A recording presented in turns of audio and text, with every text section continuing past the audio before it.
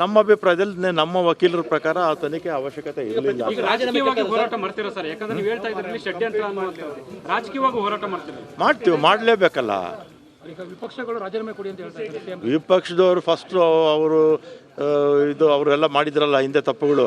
ಈಗ 4 ಜನದ್ದು ಇದೆಯಲ್ಲ ಮುಖ್ಯಮಂತ್ರಿಗಳ, ಯಾರ್ದು ಗವರ್ನರ್ ಅವ್ರ ಹತ್ರ, ಯಾರೋ ಜನಾರ್ದನ್ ರೆಡ್ಡಿ ಅವ್ರದ್ದು, ಜೊಲ್ಲೆ ಅವ್ರದ್ದು, ಮತ್ತು ಕುಮಾರಸ್ವಾಮಿ ಅವ್ರದ್ದು, ಮತ್ತು ಇವರು ನಿರಾಣಿ ಅವ್ರದ್ದು, ಈಗ ಇತ್ತೀಚೆಗೆಲ್ಲ ಬಂತಲ್ಲ ಯಾರ್ದು ಡಿನೋಟಿಫಿಕೇಶನ್ಸ್ದು, ಅದನ್ನೆಲ್ಲ ತನಿಖೆ ಮಾಡಲಿ ಅಂತ ಹೇಳಿ ಅವರು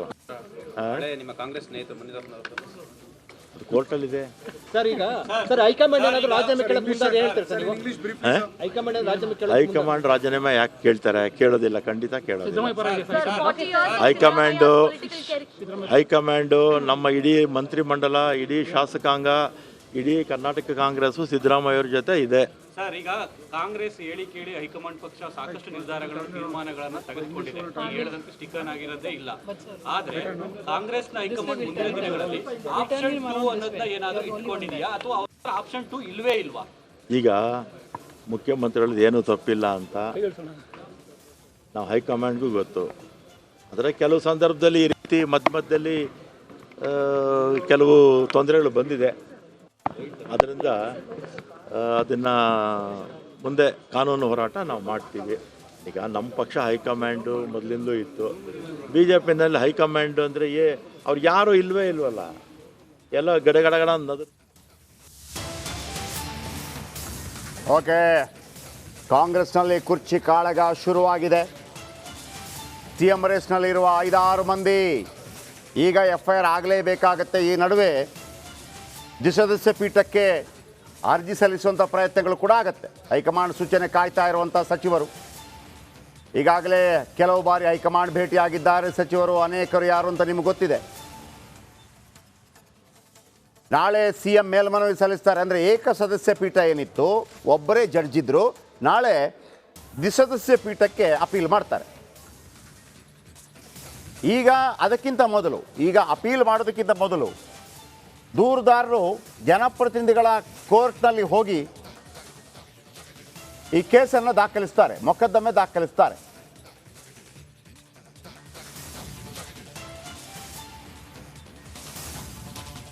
ಆ ನಂತರ FIR ಆದ ನಂತರ CM ರಾಜೀನಾಮೆ ಕೊಡಬೇಕಾ ಕೊಡಬಾರ್ದಾ? ಕೊಡೋದೇನೆ ಇರ್ತಾರೆ. ಆದರೆ ಹೈಕಮಾಂಡ್ ಆ ಸಂದರ್ಭದಲ್ಲಿ ಯಾವ ತೀರ್ಮಾನವನ್ನು ಕೈಗೊಳ್ಳುತ್ತೆ? ನಾನು ಸುನಿಲ್ ಕುಮಾರ್ ವಕೀಲರ ಹತ್ರ ಕೇಳ್ತಾ ಇದ್ದೆ. ಆಗ ಅವರು ಹೇಳಿದರು, ಅಂದರೆ ಅರವಿಂದ್ ಕೇಜ್ರಿವಾಲ್ ವಿಚಾರಕ್ಕೆ ಬಂದಾಗ ಅರವಿಂದ್ ಕೇಜ್ರಿವಾಲೇ ಹೈಕಮಾಂಡ್. ಆದರೆ ಕಾಂಗ್ರೆಸ್ನಲ್ಲಿ ಹಾಗಲ್ಲ, ಹೈಕಮಾಂಡ್ ಪ್ರತ್ಯೇಕವಾಗಿ ಇದೆ. ಸ್ಮಿತಾ ಇದರ ಬಗ್ಗೆ ಇನ್ನಷ್ಟು ಹೆಚ್ಚಿನ ಬೆಳಕು ಚೆಲ್ತಾರೆ, ನಿರಂತರವಾಗಿ ಇದರ ಬಗ್ಗೆ ಹೇಳ್ತಾನೆ ಇದ್ದರು. ಸ್ಮಿತಾ ಇವತ್ತು ಬೆಳಿಗ್ಗೆ ಕೂಡ ನಾವು ಮಾತಾಡಿದ್ವಿ. ಈಗ 2 ಪಾಯಿಂಟ್ಗಳನ್ನು ಭಾಳ ಮುಖ್ಯವಾಗಿ ಹೇಳ್ತಾ ಇದ್ದಾರೆ. ಯಾಕಂದರೆ ಒಂದು, ಜನಪ್ರತಿನಿಧಿಗಳ ಕೋರ್ಟ್ಗೆ ಹೋದಾಗ ಯಾರ ದೂರನ್ನು ಆಧರಿಸಿ ಕೇಸು ದಾಖಲಿಸಬೇಕು ಅಂತ ಬಂದಾಗ ಒಬ್ಬರದು ದೂರು ದಾಖಲಾಗುತ್ತೆ, ಇನ್ನಿಬ್ಬರನ್ನು ಸಾಕ್ಷಿ ಮಾಡಲಾಗುತ್ತೆ. ಆ ನಂತರ FIR. ಈ ನಡುವೆ ಏಕಸದಸ್ಯ ಪೀಠ ಕೊಟ್ಟಂಥ ಆದೇಶ ಏನಿದೆ ಅದನ್ನು ಪ್ರಶ್ನಿಸಿ ದ್ವಿಸದಸ್ಯ ಪೀಠ, 2 ಜಡ್ಜ್ಗಳಿರುವಂಥ ಬೆಂಚ್ಗೆ ನಾಳೆ ಅಪೀಲ್ ಸಲ್ಲಿಸಲಿದ್ದಾರೆ. ಮತ್ತೊಂದು ಕಡೆ FIR ದಾಖಲಾದ ತಕ್ಷಣ ಸುನಿಲ್ ಕುಮಾರ್ ಒಂದು ಮಾತನ್ನು ಹೇಳ್ತಾ ಇದ್ರು. ಯಾಕೆ ಅರವಿಂದ್ ಕೇಜ್ರಿವಾಲ್ ವಿಚಾರಕ್ಕೆ ರಾಜೀನಾಮೆ ಕೊಡಲಿಲ್ಲ ಅಂತ ಹೇಳುವಾಗ, ಅರವಿಂದ್ ಕೇಜ್ರಿವಾಲೇ ಹೈಕಮಾಂಡ್ ಆಮ್ ಆದ್ಮಿ ಪಾರ್ಟಿಗೆ. ಆದರೆ ಇಲ್ಲಿ ಹಾಗಲ್ಲ. ಒಂದು ಕಡೆ ಸಿದ್ದರಾಮಯ್ಯ ಇದ್ದರೆ ಯಾವ ತೀರ್ಮಾನ ಕೈಗೊಳ್ಳಬೇಕು ಅಂತ ನಿರ್ಧಾರ ಮಾಡೋದು ಹೈಕಮಾಂಡ್. FIR ಆದ ನಂತರ ಬದಲಾವಣೆ ಆಗಬಹುದೇನೋ ಅನ್ನುವಂಥ ನಿರೀಕ್ಷೆಗಳಿದೆ. ಈಗ ಲೇಟೆಸ್ಟ್ ಆಗಿ ನಮ್ಮ ಜನರಿಗೆ ತಿಳಿಸುವಂಥ ಮಾಹಿತಿ ನಿಮ್ಮ ಬಳಿ ಏನಿದೆ? ಜಯಪ್ರಕಾಶ್ ಶೆಟ್ಟರ್, ಈ ಮೂಡಾ ವಿಚಾರದಲ್ಲಿ ಸಿದ್ದರಾಮಯ್ಯನವರ ಹೆಸರು ಕೇಳೋಕೆ ಸಿಕ್ಕಾಗಿಂದ ವಿರೋಧ ಪಕ್ಷಗಳು ಯಡಿಯೂರಪ್ಪನವರ ಕೇಸನ್ನು ಕಂಪೇರ್ ಮಾಡಿ ಮಾತನಾಡ್ತಿರೋದು. ಅಂದರೆ ಯಡಿಯೂರಪ್ಪನವರ ವಿರುದ್ಧ ಕೂಡ ಪ್ರಾಸಿಕ್ಯೂಷನ್ಗೆ ಅನುಮತಿ ಆಯಿತು, ಸ್ಟೆಪ್ ಡೌನ್. ಅಂದರೆ ಮುಖ್ಯಮಂತ್ರಿ ಪದವಿಗೆ ಅವ್ರು ರಾಜೀನಾಮೆ ಕೊಟ್ಟರು, ಸಿದ್ದರಾಮಯ್ಯನವರು ಕೂಡ ನೈತಿಕ ಹೊಣೆ ಹೊತ್ತು ರಾಜೀನಾಮೆ ಕೊಡಬೇಕು ಅಂಥೇಳಿ. ಈಗ ಸುನಿಲ್ ಕುಮಾರ್ ಅವರು ಹಿರಿಯ ವಕೀಲರು ಹೇಳ್ದಂತೆ ಇನ್ ಕೇಸ್ ಏನಾದರೂ FIR ರಿಜಿಸ್ಟರ್ ಆಗೇ ಬಿಡ್ತು ಅಂತಂದರೆ ಹಾಗೆ ಆಗತ್ತೆ. ಕಾನೂನಾತ್ಮಕವಾದ ಪ್ರಕ್ರಿಯೆಗಳು 1-2 ದಿನ ಸಮಯ ಹಿಡಿದ್ರೂ ಕೂಡ FIR ದಾಖಲಾದ ನಂತರದಲ್ಲಿ ನೈತಿಕವಾಗಿ ಮುಂದುವರಲಿಕ್ಕೆ ಮುಖ್ಯಮಂತ್ರಿ ಸ್ಥಾನದಲ್ಲಿ ಅವಕಾಶಗಳು ಉಳಿಯುತ್ತೋ? ಸಾಂವಿಧಾನಿಕವಾಗಿ ನೀವು ಕೇಳಿದ್ರೆ ಕೆಳಗೆ ಇಳಿಲೇಬೇಕಾ ಸಿದ್ದರಾಮಯ್ಯನವರು ಅಂದರೆ ಇಲ್ಲ, ಎಲ್ಲೂ ಇಲ್ಲ. ನೀವು ಅರವಿಂದ್ ಕೇಜ್ರಿವಾಲ್ ಅವರ ಎಕ್ಸಾಂಪಲ್ ಕೊಟ್ಟ ಹಾಗೆ ಜೈಲಲ್ಲಿದ್ದೇನೆ ಆಡಳಿತ ನಡೆಸಲಿಕ್ಕೆ ಅವಕಾಶ ಇದೆ. ಆದರೆ ಕಾಂಗ್ರೆಸ್ ಈ ದೇಶದ ಒಂದು ಅತ್ಯಂತ ದೊಡ್ಡ ಪಾರ್ಟಿ. ಹಾಗೆ ಮಾರಲ್ ಗ್ರೌಂಡ್ಸ್ನಲ್ಲಿ ಯೋಚನೆ ಮಾಡುತ್ತಾ ಹೈಕಮಾಂಡ್ ಸಿದ್ದರಾಮಯ್ಯನವರನ್ನು ಕೆಳಗಿಳಿಸ್ಬೇಕು ಅನ್ನೋ ನಿರ್ಧಾರಕ್ಕೆ ಬರುತ್ತಾ, ಅದೊಂದು ದೊಡ್ಡ ಪ್ರಶ್ನೆ ಇದೆ. ಕೆಳಗಿಳಿಸ್ಲಿಕ್ಕೆ ಆಪ್ಷನ್ಗಳಿದೆಯಾ ಹೈಕಮಾಂಡ್ ಕೈಯಲ್ಲಿ? ಸಿದ್ದರಾಮಯ್ಯನಂತಹ ಮಾಸ್ ಲೀಡರ್ನ ಮುಖ್ಯಮಂತ್ರಿ ಪದವಿಯಿಂದ ಕೆಳಗಿಳಿಸೋದು ಅಷ್ಟು ಸುಲಭದ ಟಾಸ್ಕ್ ಅಲ್ಲ. ಬಿಜೆಪಿಯಲ್ಲಿ ಆದ ಬೆಳವಣಿಗೆಗಳನ್ನು ಕಾಂಗ್ರೆಸ್ನವರು ಕೂಡ ಸೂಕ್ಷ್ಮವಾಗಿ ಗಮನಿಸಿದ್ದಾರೆ. ಯಡಿಯೂರಪ್ಪನವರನ್ನ ಬೇರೆ ಸಂದರ್ಭದಲ್ಲಿ ಕೆಳಗಿಳಿಸಿದಾಗ ಚುನಾವಣೆಯಲ್ಲಿ ಯಾವ ರೀತಿಯಾದ ಪರಿಣಾಮ ಬಂತು, ಹಾಗೆ ಪಕ್ಷದ ಒಳಗೆ ಯಾವ ರೀತಿಯಾದ ಪರಿಣಾಮ ಬೀರ್ತು, ನಾಯಕತ್ವ ಅನ್ನೋ ಆ ಒಂದು ಸ್ಥಾನಮಾನದಲ್ಲಿ ಎಂಥದ್ದೊಂದು ದೊಡ್ಡ ಘಾಸಿ ಉಂಟಾಯಿತು, ಇದೆಲ್ಲವನ್ನ ಗಮನಿಸಿರುವ ಕಾಂಗ್ರೆಸ್ನ ಹೈಕಮಾಂಡ್ ಈ ಸಿದ್ದರಾಮಯ್ಯನವರ ಪ್ರಕರಣದಲ್ಲಿ ಅಂಥದ್ದೊಂದು ರಿಸ್ಕ್ ತೆಗೆದುಕೊಳ್ಳಿಕ್ಕೆ ಮುಂದಾಗುತ್ತಾ ಒಂದು ಪ್ರಶ್ನೆ. ಇದರ ಜೊತೆಗೆ ಇನ್ ಕೇಸ್ ಇಲ್ಲ ತನಿಖೆ ಆಗಲಿ, FIR ತಾನೇ ತನಿಖೆ ಆಗಿ ಸಿದ್ದರಾಮಯ್ಯನವರ ಪಾತ್ರ ನಿಜಕ್ಕೂ ಇದೆಯಾ ಇಲ್ವಾ ಅನ್ನೋದು ಗೊತ್ತಾಗಲಿ, ಆಮೇಲೆ ನಿರ್ಧಾರ ಕೈಗೊಳ್ಳೋಣ, ಈ ಒಂದು ಆಪ್ಷನ್ ಕೂಡ ಇದೆ. ಆದರೆ ಈಗ ಆಲ್ರೆಡಿ ಕಾಂಗ್ರೆಸ್ ಪಾಳ್ಯದಲ್ಲಿ ನಡೀತಾ ಇದ್ದ ಚಟುವಟಿಕೆಯನ್ನು ನಾವು ರಿಪಬ್ಲಿಕ್ ಕನ್ನಡದಲ್ಲಿ ನಿರಂತರವಾಗಿ ಬಿತ್ತರಿಸಿದ್ದೀವಿ. ಜಯಪ್ರಕಾಶ್ ಶೆಟ್ರೆ 4-5 ಮಂದಿ CM ರೇಸ್ನಲ್ಲಿದ್ದಾರೆ, ಬಹಿರಂಗ ಹೇಳಿಕೆಗಳನ್ನು ಕೊಟ್ಟಿದ್ದಾರೆ. Delhi to Bengaluru, Bengaluru to Delhi continues trip ಮಾಡಿದ್ದಾರೆ, ಹೈಕಮಾಂಡ್ ನಾಯಕರನ್ನ ಭೇಟಿಯಾಗಿ ಬಂದಿದ್ದಾರೆ. ಇವರೆಲ್ಲ ಸುಮ್ಮನೆ ಕೂರ್ತಾರಾ?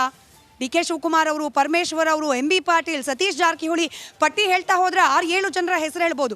ಇವರೆಲ್ಲರೂ ಕೂಡ ಸುಮ್ಮನೆ ಇರ್ತಾರಾ? ಡೈರೆಕ್ಟಾಗಿ ಹೇಳ್ಬೋದು, ಇಲ್ಲ ಸಿದ್ದರಾಮಯ್ಯನವರೇ ನಮ್ಮ ನಾಯಕ, ಅವರಿಗೆ ನಮ್ಮ ಬೆಂಬಲ, ಏನಾಯ್ತಂತೆ ತನಿಖೆಗೆ ಆದೇಶ ಕೊಟ್ಟರೆ ತನಿಖೆ ಆಗಲಿ ಅಂತ ಹೇಳ್ಬೋದು. ಆದರೆ ಪಕ್ಷದ ಒಳಗೆ ಮಾಧ್ಯಮಗಳ ಕ್ಯಾಮ್ರಾದ ಹಿಂದೆ ನಡೆಯುವ ಚಟುವಟಿಕೆಗಳಿದೆಯಲ್ಲ, ಇನ್ನು ಮೇಲಿಂದ ಈ ಕ್ಷಣದಿಂದ ಮತ್ತಷ್ಟು ಇಂಟ್ರೆಸ್ಟಿಂಗ್ ಆಗ್ತಾ ಹೋಗುತ್ತೆ. ಜಯಪ್ರಕಾಶ್ ಶೆಟ್ರೆ, ಡೆಫಿನೆಟ್ಲಿ. ಯಾಕೆಂತಂದರೆ ಆಲ್ರೆಡಿ ಎಲ್ಲಿ ನಮ್ಮ ಅಭಿಪ್ರಾಯದಲ್ಲಿ ನಮ್ಮ ವಕೀಲರ ಪ್ರಕಾರ ಆ ತನಿಖೆ ಅವಶ್ಯಕತೆ ಇರಲಿಲ್ಲ. ಈಗ ರಾಜಕೀಯವಾಗಿ ಹೋರಾಟ ಮಾಡ್ತೀರಾ ಸರ್? ಯಾಕಂದ್ರೆ ನೀವು ಹೇಳ್ತಾ ಇದ್ರಲ್ಲಿ ಷಡ್ಯಂತ್ರ ಅನ್ನುವಂಥದ್ದು, ರಾಜಕೀಯವಾಗಿ ಹೋರಾಟ ಮಾಡ್ತೀವಿ, ಮಾಡಲೇಬೇಕಲ್ಲ.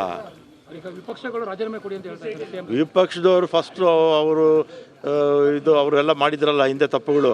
ಈಗ 4 ಜನದ್ದು ಇದೆಯಲ್ಲ ಮುಖ್ಯಮಂತ್ರಿಗಳು, ಯಾರ್ದು ಗವರ್ನರ್ ಅವ್ರ ಹತ್ರ, ಯಾರೋ ಜನಾರ್ದನ್ ರೆಡ್ಡಿ ಅವ್ರದ್ದು, ಜೊಲ್ಲೆ ಅವ್ರದ್ದು, ಮತ್ತು ಕುಮಾರಸ್ವಾಮಿ ಅವ್ರದ್ದು, ಮತ್ತು ಇವರು ನಿರಾಣಿ ಅವ್ರದ್ದು, ಈಗ ಇತ್ತೀಚೆಗೆಲ್ಲ ಬಂತಲ್ಲ ಯಾರ್ದು ಡಿನೋಟಿಫಿಕೇಶನ್ಸ್ದು, ಅದನ್ನೆಲ್ಲ ತನಿಖೆ ಮಾಡಲಿ ಅಂತ ಹೇಳಿ ಅವರು ನಿಮ್ಮ ಕಾಂಗ್ರೆಸ್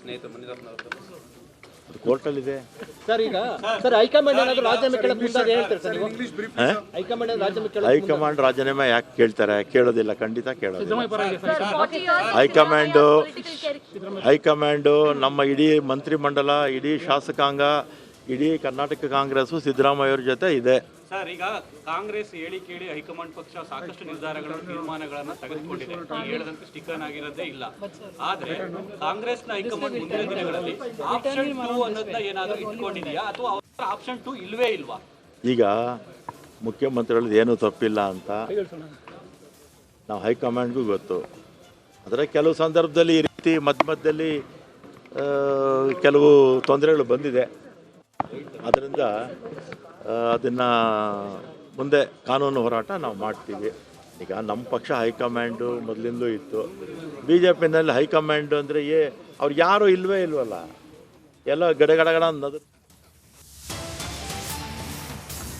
ಓಕೆ, ಕಾಂಗ್ರೆಸ್ನಲ್ಲಿ ಕುರ್ಚಿ ಕಾಳಗ ಶುರುವಾಗಿದೆ.